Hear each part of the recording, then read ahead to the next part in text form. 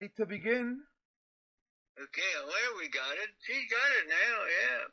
Well, listen, good morning, children. It's good to be with you, and I can tell you my complete story or this part of it or whatever you want. So, but I was, if Ed, you want me to just how much time do we have? we have until 9:15, so we have about 50 minutes of class time. Okay. Well, I was born in Williamsport, Maryland, and I was one of 13 children. We had large families back then. We had my parents had 7 girls and 6 boys, and I was number 6. And I'll tell you, they were great parents, and that's what means everything to my life. How they even in the depression years, we had plenty to eat because my parents were workers and had a garden and raised three hogs every year and butchered them. And my mother just canned everything, meat and vegetables and fruit. And so that's my life at home. And we lived in a house that didn't have any modern conveniences, but we did have this water that came off the roof into a cistern. and and so we just made do with what we had, and that's how it was. And I enjoyed life. We lived near. I lived in Williamsport, Maryland. It was right on the Conococheague Creek and the Potomac River, where it connected there. And I loved it because I had enjoyed swimming and fishing, and my dad was a great fisherman, and he taught me a lot about everything, fishing and life in general. So actually, when I was 16, President Roosevelt came out with in the Depression years with a CCC organization for young men, and I heard about it. And when I was 16, I decided to join that. And I have pictures of my outfit, and it was quite a bit like the army, and it really prepared me a whole lot for World War II when I was drafted. And so because we had barracks and we had sergeants, and we fell out in the morning, and we had uniforms, and so it taught me a lot about obeying orders uh, and the army. So I really enjoyed that, and we built roads and fireplaces and pavilions and parks. And my outfit was down near Washington in Rock Creek Park, a beautiful place, and we added so many things like I mentioned there, and it was good for me at that age to be able to being taught, everything about building fireplaces and roads and pavilions, and learned a lot about carpentry and just a lot about life too. So I spent my time in there, and when I come home, my father worked at Cuswell Brickyard, which was nearby, and he got me a job there. And guess what? I worked 5.5 days. In other words, Monday through Friday and a half day on Saturday. And you were For not, 16 here, what's that? and you were 16 when this happened. When you were in your teenage years during this Yeah, time. yeah, I was 16, and I spent a year. I spent about a year in the Civil Conservation Corps. Then I came home, went to work at the brickyard. I was 17 or 18 then, and I worked 5.5 days for $9. But money went a long ways then. Yeah, I could go out on a date with my girlfriend for 150, a dollar, dollar and a half. Because because I mean, Cokes were a nickel, hamburgers were 10 cents, You could go to the movies for 15 cents. Like I say, I could have a date with my beautiful girlfriend, spend a buck and a half, and so life we just you know did what we had to do with what we had to do with, and enjoyed it. So that's the way it was before, And then I met my, in the meantime, I started to go with this beautiful girl, and I ended up marrying her um, in November the 10th in 1942 because I knew I was going to be drafted. Uh, I was 19 and I was going to be drafted. So we got married in November, and then I was drafted in January 29th, and went to. I was drafted, and I went to Hagerstown to join up with 75 young men like me, and we went to Fort Meade in Baltimore, Maryland, and got our uniforms, and it was examined, and pretty soon I was on my way to Fort Hood, Texas, with one other man, and everybody else went to wherever they sent them, wherever they. so, so I went to Fort Hood. It was Camp Hood back then, and so when we got there, him and I were separated. I never saw him again. So that's the way it was, and I joined up with the 692nd Tank Destroyer Battalion, and I was in that the entire time, training, uh, fighting in war in Europe. The whole time I was in that, and I became a gunner in the Tank Destroyer squad, and it was a great outfit, and so we trained very uh, we trained very disciplined. With we creeped and crawled under live ammunition. Yeah, you couldn't raise up because if you raised up, the live ammunition would get you. So I was thinking, here I am in Texas. What if I crawl up on a snake here? but but that didn't happen, kid. So uh, I got through all the training, and we took 25-mile hikes, and uh, we trained with many different kinds of weapons. We trained with half tracks, and with a gun on the back of it, and then we trained with what we called self-propelled weapons, like a tank.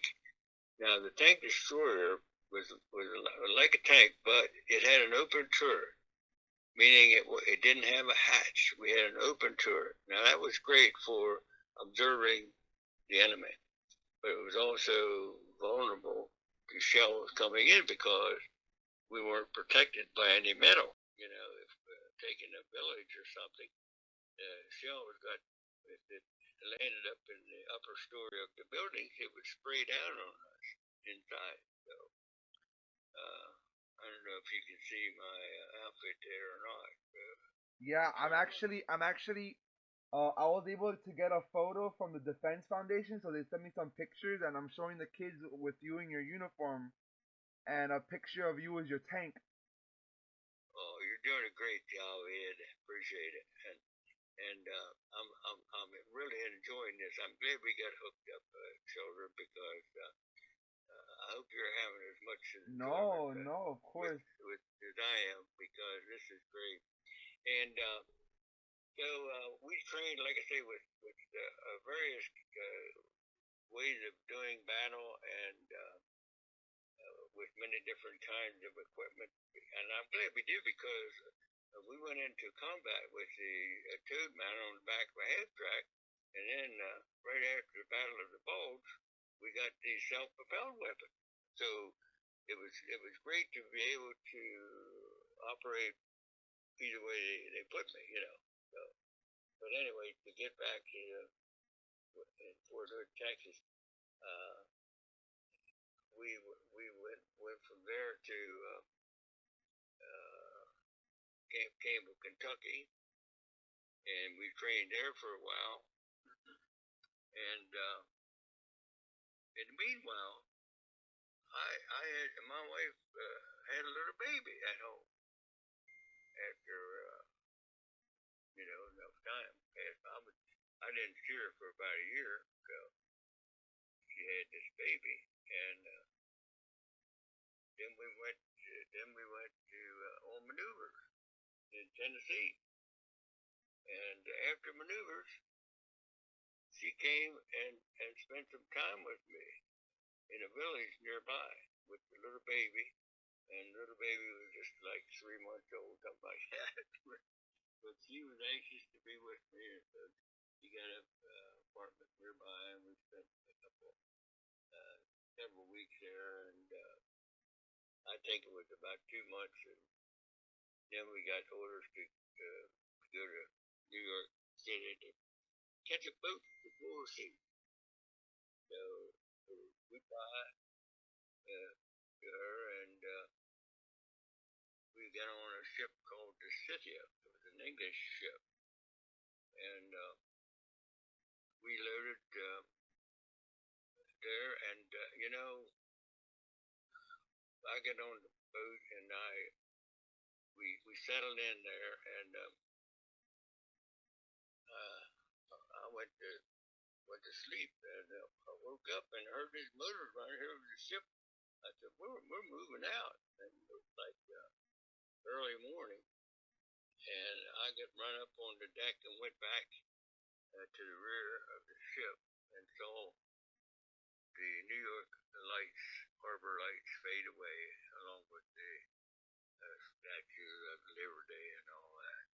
That was kind of a mixed feeling. And I was proud to fight for my country, but I was sad about leaving the United States and my wife, baby, and stuff. But, hey, that's part of life, and that's why we're free, because guys like me went, and I had men in my squad and everything that gave their life for it. So, I'm just proud to be an American and glad I could get through it, and thank God that I did without being, No, of course.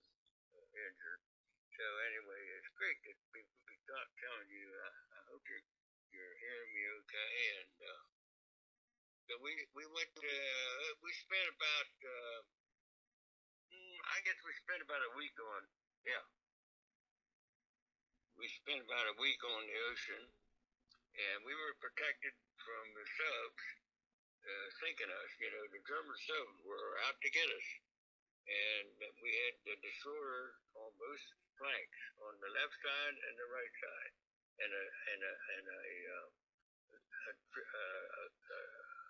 a parade of ships as far as I could see to the horizon. Someone said there was 100 ships in there. Well, I don't quite believe that, but there were many ships, I'll tell you. So we got over there safely because of the destroyers protecting us.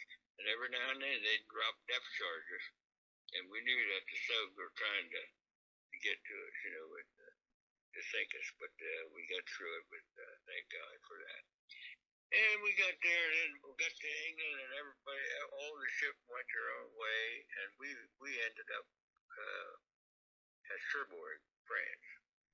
And we were in there right after they took it, and when we couldn't get in with the large ship, so we had to get down over the side on a rope to a small vessel to go to the shore.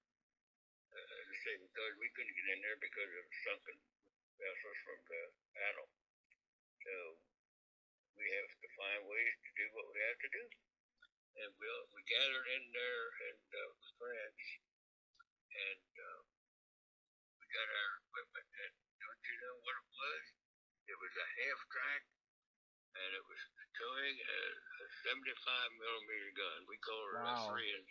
We called it a 3-inch gun. But it was, we trained with it, so we fought with it. So we were ordered to go to Holland. So that was like a 500-mile trip.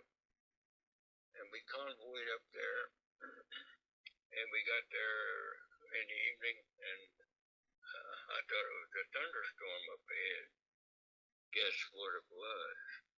It wasn't a thunderstorm. It was a battle going on. But we after the I think it was a Danish outfit came out. We relieved them, and we went in there and took their place.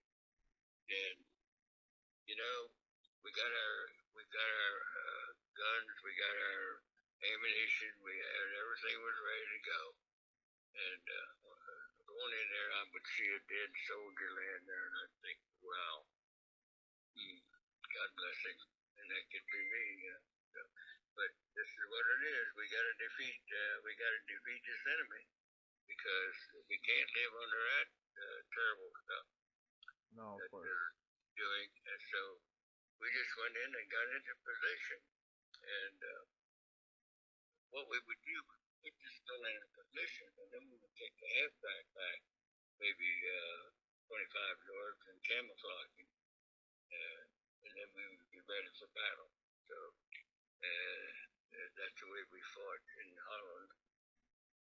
And what we would do, we would knock out vehicles, we would knock out observation posts, we would knock out whatever the lieutenant would tell me to shoot and knock out, that's what I would do. So, and after knocking out all of our things that he wanted me to do, we would move up. We would just keep advancing. And you know, I often wondered if we had to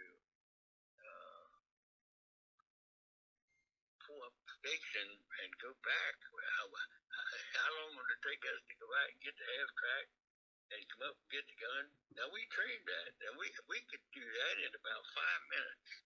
Now that doesn't seem like a long time, but you look at your watch and wait for 5 minutes to go by. So that's quite a while. And if we were trained, you know, every move we made was a proper move, and we could go back and get that half track and come up and hook it up and get out of there within about 5 minutes. So we were trained to do that. But you know what? We never had to retreat. Never had to retreat. We just kept advancing, knocking out our targets and advancing. And if we get some wounded men, we would treat them and send them back. So that's part of war, you know. So after Holland, we came down and went straight into Germany. And this was in the fall of the year, like November and December. And December 16th, the Germans broke through the line into the Battle of the Bulge. And we were ordered by General Patton's army to stop that German rush, you know. So that's what we did. We joined the General Patton in that terrible war, the Battle of the Bulge, and that terrible winter. And snow, deep snow, and very cold temperatures. But you know what? We had God with us, and we had General Patton. He was a great general, and with him, we were able to stop the ball. But we were up when the battle of the ball ended. Then we traveled on to the river, and we couldn't cross because the bridges were all bombed out. So we set up our guns and shot. We could shoot a gun to protect the engineers that could go to the bridge, you know. And so that's what we were doing. And we could have plenty of fire on the Germans while the engineers were gunning up the pontoon. And okay,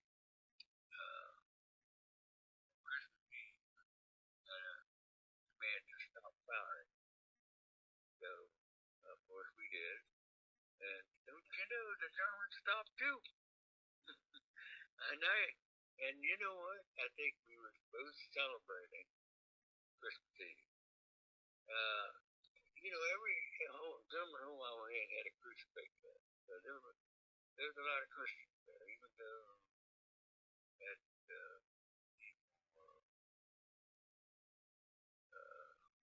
country, you know.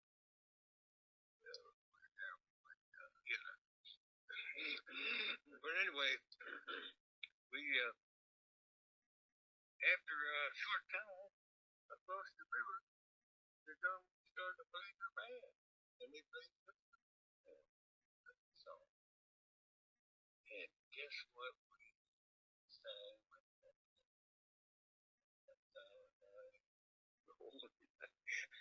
So that was quite an experience. It was one of the most unusual Christmases I ever spent. It was very lonely. So you were singing with the Germans on Christmas Eve. Yep. It's a great story, isn't it? Yeah. That is interesting. Oh, it is. It is. And you know what? This reminds me. Excuse me. I didn't hate my enemy. I felt sorry for him. I really did, because we would go through his pocket and get soldiers. He would have his wife and kids' picture in his pocket, like me. So, you know, he couldn't say no to Hitler and not go. He had to go, period. Whether he believed in the way or not. At least I believed in what I was fighting for. You know? And so that was quite an experience there. And something else very important happened. We went from the code gun on the back of a half track to what we call, it was an M36, but it was a self-propelled Sawyer. That's what we call it. An M36 with a 90 millimeter on it. So we went from a 75 to a 90 millimeter. And you know, me being a gunner, I thought, well, after all, we're going to have a gun that will compare it with the 88. Because that German 88 was, we always said if we heard it, we didn't have to worry about it. You know, it was faster than sound. So I heard them and it went whoop, you know. And they said if you heard that, well, you didn't have to worry about it. Cause if it hit you before you heard it. So that was the gun I had now. So after, let's see, about the 1st of February, they got the bridges, pontoon bridges built, and we went across there with that 90 millimeter, and boy, you talk about it. I mean, we woke them up with that baby. So if I put the crosshairs on something, I had it. I didn't have to give it much lead, you know, like if it was traveling, you had to put your target in front of it. So I just put my crosshairs on the target, and I had it. And so we were pinned down. We were pinned down a short time after we crossed the bridge. We couldn't move. And we were losing men. My lieutenant commander, where someone needed to shoot that took about 1,000 yards away. And of course, like I told you, if I put the crosshair on, I had it. So he said, put an AC shell in there, and he said, I think they're directing fire on us. So I put a high explosive shell right in that window. And when it got inside, it went kapow. I mean, I'm sorry. You know, someone asked me when I'm telling stories, did you ever kill anybody? Well, what do you think? From then on, we could move on unimpeded. They were directing fire on us. So evidently I wounded or killed somebody in there, you know, but this is war, you know. I felt sorry for them, but we had to do it to move on. So And you know what? This wild thing about it, I just did my job. I did what wasn't said to me. I didn't think about anything. But when I got home after the war, I got a citation for that very thing, doing that same event, and I got a Bronze Star and a citation for that. So then we just moved on, and what we would do, we would take villages, and then we would round up the prisoners. I got a German steel helmet. I thought, well, I'm going to keep that for a example. And so we just kept moving on, and what we would do, take a village. And while I think about it, we had an open tour today, and we would incoming shells would hit up in the second story and spray that on us. Well, I kept my steel helmet on inside of the destroyer because of that. So a piece of shrapnel hit my helmet about 2 inches long and a half-inch thick, and those are the things that kill people. But it did not go through my helmet and fell down on the floor, right down at my feet, and I put it in my pocket, and I still have it. And I thought, thank you, God Almighty, it didn't kill me.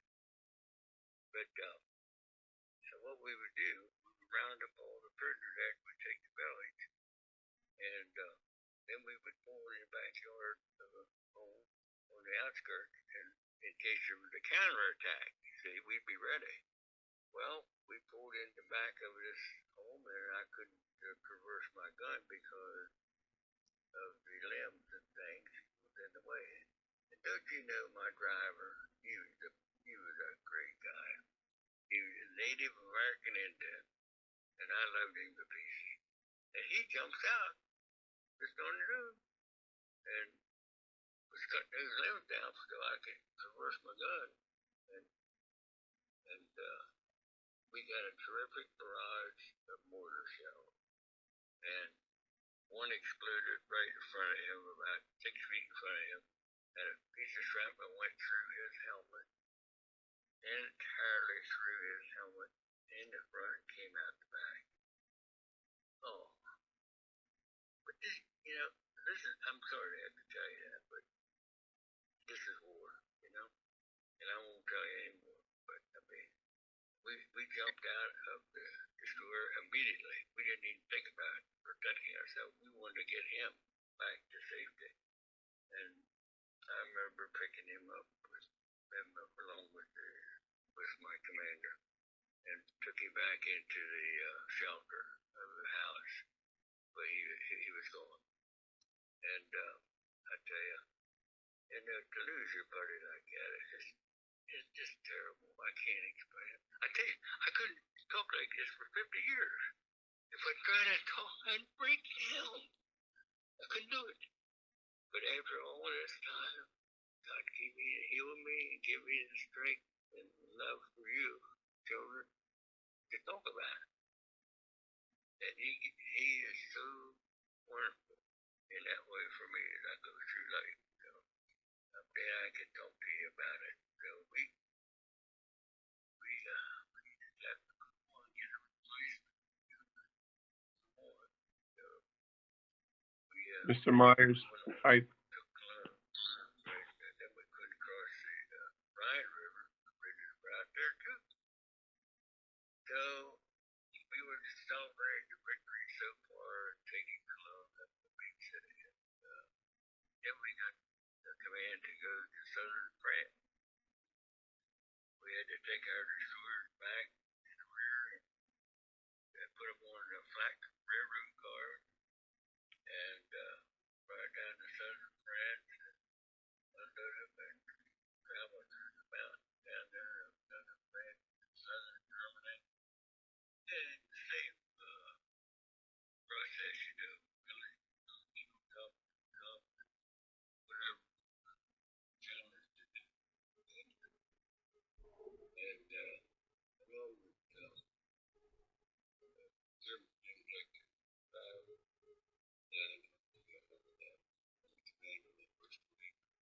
Jack, I think your phone is away from the mouth. What's that? Oh, now we can hear you better. Well, yeah, my phone was slipping down. Hey, excuse me, I'm 97. I didn't tell you that, did I? God, Hey, you're amazing. I've had a good life. I've had bad things, good things. I remember the good things, which I had many of them. The bad things, that's part of life. You just have to have the Lord with you and get through 'em. So remember that. And so here we are. We're going through southern France, and it was we went by a hog pen one day, and we had a farmer in our group, in our squad, and he said, Myers, get over there and kill one of them. They was one of those hogs, about 100 pounds. He said, I can butcher it up and we can have some ham. So I shot the hog and let him and put him up on the tank. And it was still winter, so we didn't have to worry about the meat spoil. So we had when we took the next road, we had a day or two. We had some pork, but we had a ration stuff like that, so we were able to get through. And we joined. Oh, by the way, down we fought with 100 up at the beginning of the war. We fought with the 104th Infantry Division. What a great outfit! And but when we moved down to southern France, we joined up with the 42nd, another great outfit. And now we were coming up onto the one of the prison camps, Dachau, and liberating it. That was terrible. I got pictures and books. The worst thing about it, a lot of the German guards and everything, and most of them knew what was happening, that we were coming and we were going to take them prisoners. So they, the ones that didn't want to take prisoners, they just retreated, you know. So it was, but the worst thing for me was the prisoners. Oh, terrible, terrible. When I say they were skin and bone, I mean every word, skin and bone. Hey, those are the things that we were fighting for, to eliminate that kind of life, you know. So we took Dachau, and it really, that was pretty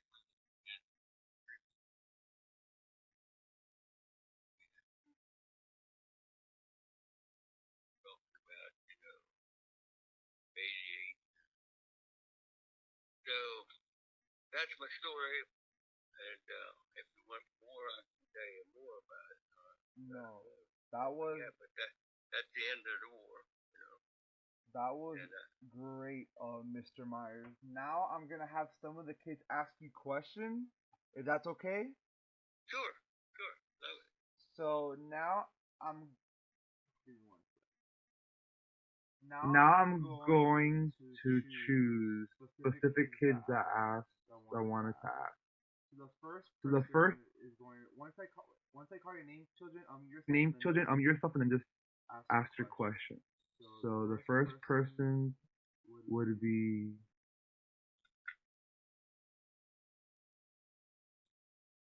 hold on, there's a list here.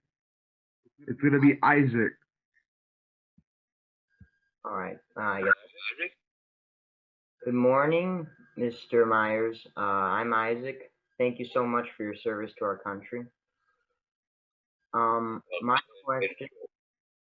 My question is, how would you rate your experience using multiple tank destroyers and SPGs? Were you comfortable with it? Were they efficient? Yes, they were very good equipment. The tank, the destroyer, the self-propelled was, like I told you, with that 90 on was great.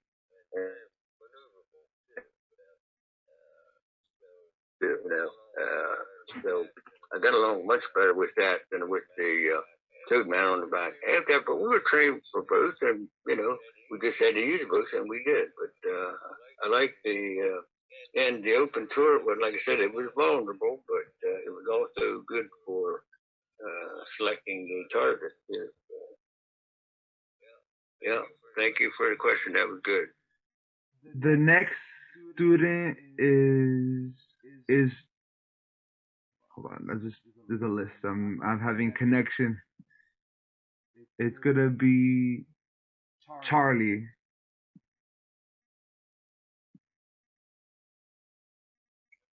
Hi, I'm Charles. Thank you for your service, by the way. Thank you, Charlie. My question is, did any of your friends like draft with you? Do you know if any of them drafted? And if so, where did they go?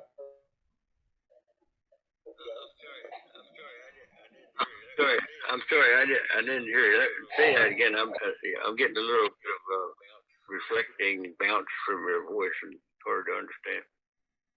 My question is hard to understand, or did you get it? No, repeat it, Charlie. Oh, okay. Did any friends get drafted with you? And if so, do you know where they went?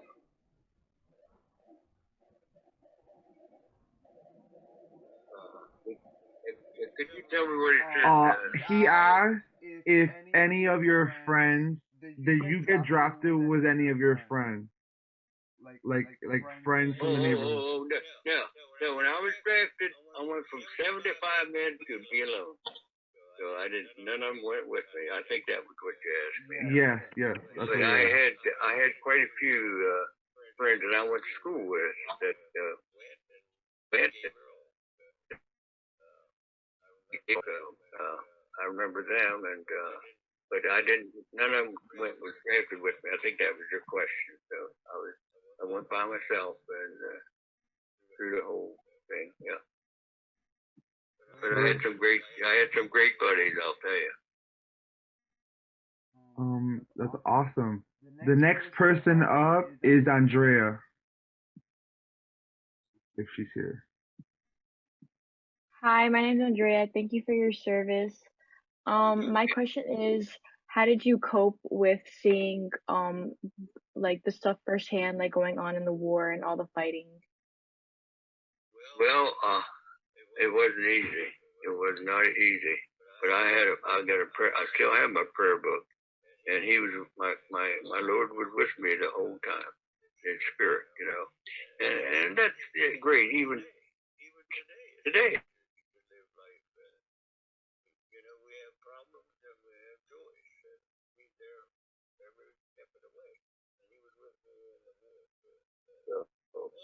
And I had a great outfit, and we still have reunions. Well, up until this year, we had a reunion every year, but the virus pandemic took everything away from it.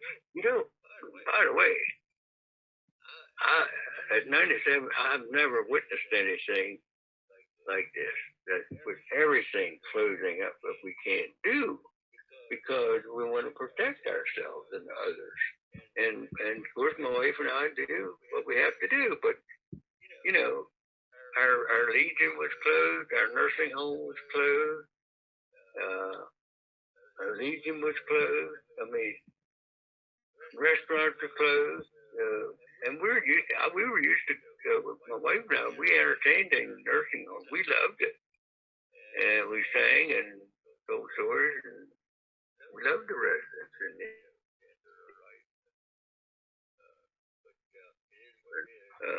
But it is what it is. We have to do it, and we have to work together and defeat this enemy too. But it wasn't easy. But with the help from the Lord, I got through it. And I lost buddy, was wounded and killed, and got through it. So that is great to hear. The next person up is Gabriel Pierre.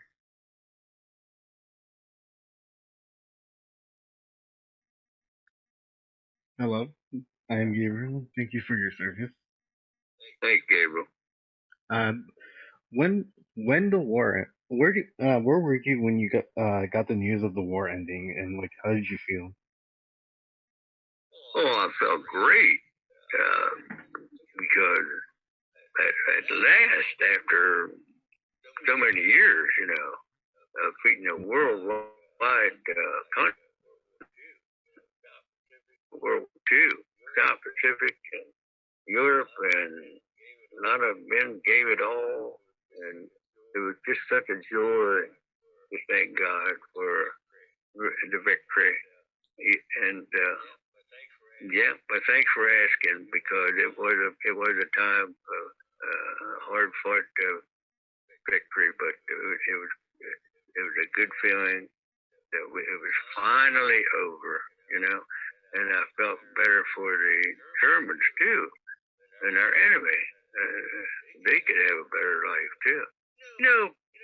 Even today, with all this conflict going on in our country, I love every single person that I live with. Black, yellow, white, whatever. They're human beings. And I'll tell you, of all kinds. And that's the way it's going to be. I just automatically love you. I love you and don't even know you. But that's what we need. That's what we need, and that's what we fought for: freedom and that kind of life. That everybody was created the way they are. I was wondering, this is my question. How many years have you been with your wife? How many years what? Have you been married to your wife? Well, I was married to my first wife 69 years. And I had a wonderful marriage, and I have 3 sons now that are teenagers. And they are 77, 73, and 71. And they've all had great lives, good jobs and careers, and they're now retired. And so I have a great family, which I'm so thankful for. But she got Alzheimer's the last 5 years of her life. And I want to tell you, folks, I was with her every day. And when she died, I was holding her hand, telling her I loved her. And then I wrote a book about our life together with Alzheimer's. And it was called A Journey of Love and Devotion. And that's exactly what it was. And I remember the good times we had. And we had plenty of them. Plenty of them, I'm telling you. She was a great wife. And my current wife, she knew her too. We both on the same league and stuff. But then after 3 years, after my wife was gone, this sweet lady I have now became my friend, and we decided to get married. Oh, what a beautiful wedding in that park with swans and so beautiful. And we had our families there on both sides, which both of us have. She has, I have 40 and she has 50. So, and we love our families. And but today they're all scattered. They go to college and then they get a job somewhere and then they're away, and we see them maybe once a year or something like that. But hey, we live with the life we're given, and it's good for us. Perfect. Well, next question is Miguel. Hi, Mr. Myers. Thank you for your service. I wanted to ask, with everything that you've experienced and with everything that's happening in the world, what's one piece of advice you would like to give to the young people of today? I'm sorry. Say that again. Slow down a little bit. Sorry.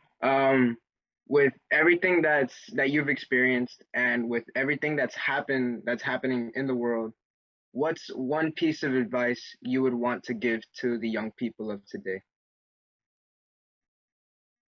Well, I would say whatever your faith is, have a faith to look up to.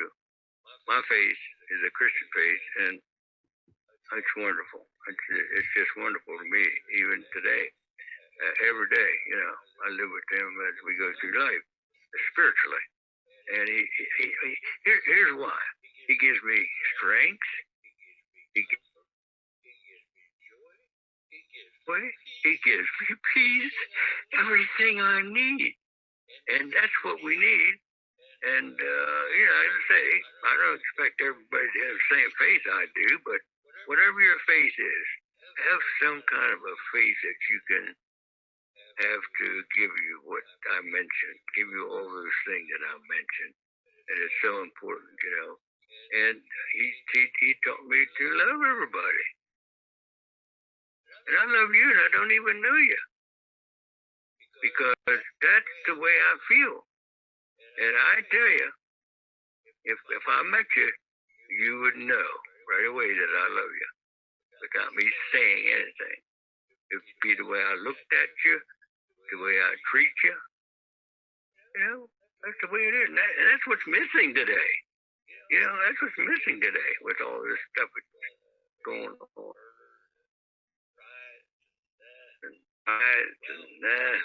Well, it is what it is, and we have to somehow find a way to live better. So I wish you well, and I hope you have a good life. Thanks for asking. That was a great question, Miguel, and thank you for answering. We're gonna take two more questions, and then if my administration would like to ask them, you're also willing to ask. So the next person is Bianca.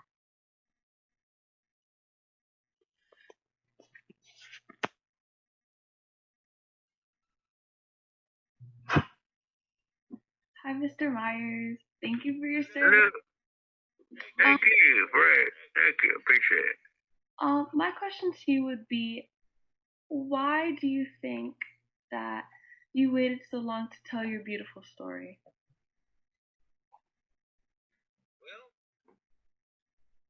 Well, I wrote when I turned 90, I skydived because of President Bush, the older one that's not with us any longer. He did that on his 90th, and I thought, hey, if he could do it, I can do it. So I skydived, and it was great. It was great, and they covered it here in the best way. I was on the front page of the newspaper with the greatest story you could ever have about it, and a great picture, So I took that and I sent it to President Bush. Boy, I got the best letter back from him. Oh, it's great. And I have it in the best place for my journal, and it's next to that. So anyway, to answer your question,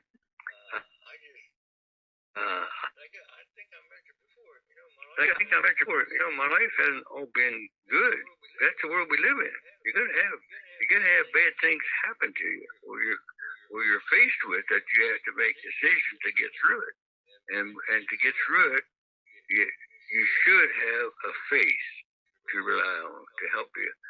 And if you have that, and by the way, when I skydive, people were kept asking me, this question that you're asking me. So I just wrote a formula for long life, and I'll send that to Ed, and then he can show it to you. Yeah, okay. But I think you have to be active. You have to associate with other people, and don't now I don't travel with people that drank too much, they gambled too much, just took the name of the Lord in vain too much, that type of thing. Now, I still loved them, but if I traveled with them, I would probably do what they do, see? So I just didn't associate with them. Didn't hate them, no. But I didn't associate with them for that reason, that I would probably do what they do. I just went with people more like I believed, So that's kind of, I guess, how I got here. Plus, I really loved my work. I was in the furniture business for 50 years. I started by repairing and refinishing, and then I started retail. And I was in the retail furniture business for 50 years, loved every day of it. And I think that was where I am because I loved every day of my life, and what I did. Okay? And the final question, the student's not here, however, it's a really good question, so I'm not going to, I need to say it. So the question is, if you brought any souvenirs back from the war. Yeah, I think I mentioned I brought a steel helmet, a German steel helmet, and people love that, and have of course a Doughboys helmet there alongside of it, and I speak up at the World War II Eisenhower Farm every year up at they have it up at a farm, Eisenhower Farm, and I love that. And they have World War II speaker every hour, and I take two. Talk about it too, and I'm glad I can do it now. Yeah, I'm glad I can do this too. I tell you, I love talking to children like you. I really do, because I'm glad that you're interested in it. I'm glad you're thankful for your freedom that we gave you, and it's so important. And I hope you got something out of this today. I did. Okay, so I want to again. Wait, is someone after you? No? All right. So I want to thank again Mr. Myers for coming on. That was a phenomenal story. I was able to record it, so I'll send you the file once I edit it, so you can have it as well. Can you see my picture? Yes. Sure. Yes. In my uniform? Okay, good. Well, thank you. I've enjoyed it too, Ed. We'll definitely talk later, and I want to again thank you for your service and for what you've done to the country. I think our country is a much better place because of what you guys did during the war. Thank you. And now I'll just leave you with this. What the world needs now is love, sweet love. And that's true. I sang that over in Normandy one time, and we had a military parade in Carrollton, and you should have heard the people laugh and wave flags, and they just loved it. Yeah, it's the truth, man. But again, thank you so much. Kids say thank you. Thank you. Thank you so much, Mr. Myers. Thank you, Ed. It's great that you thought about doing this, and it's great that you've done it, you know. Okay, Christy, you have something to say? I think we're pretty much done. It was an amazing interview, and again, thank you for your service and what you did. Have an amazing day. All right, Ed. God bless you, Mr. Myers. I hope God gives you another 20 years to be around. Okay. I'll send you that formula for long life, Ed. Yes. I hope it worked for you. It worked for me. Perfect. So again, have a good day. Kids, you are dismissed. I'll see you next class. Yeah, I love you, children. Mr. Myers, that was an amazing interview, I have to say. Thank you so much for everything. And it was just a phenomenal interview. We're just here with administration now, and it was just I just have no words because I wasn't expecting how great this interview was gonna be. Well, thank you very much, Ed. It was the same for me. It was great for me to be talking to the children, and their interest means a lot to me. I will definitely have you on for next year, God willing. Okay, God. I'll be here, God willing. I love you, boy. Thank you so much, Mr. I'll call you in the afternoon. Okay. Bye-bye. Bye.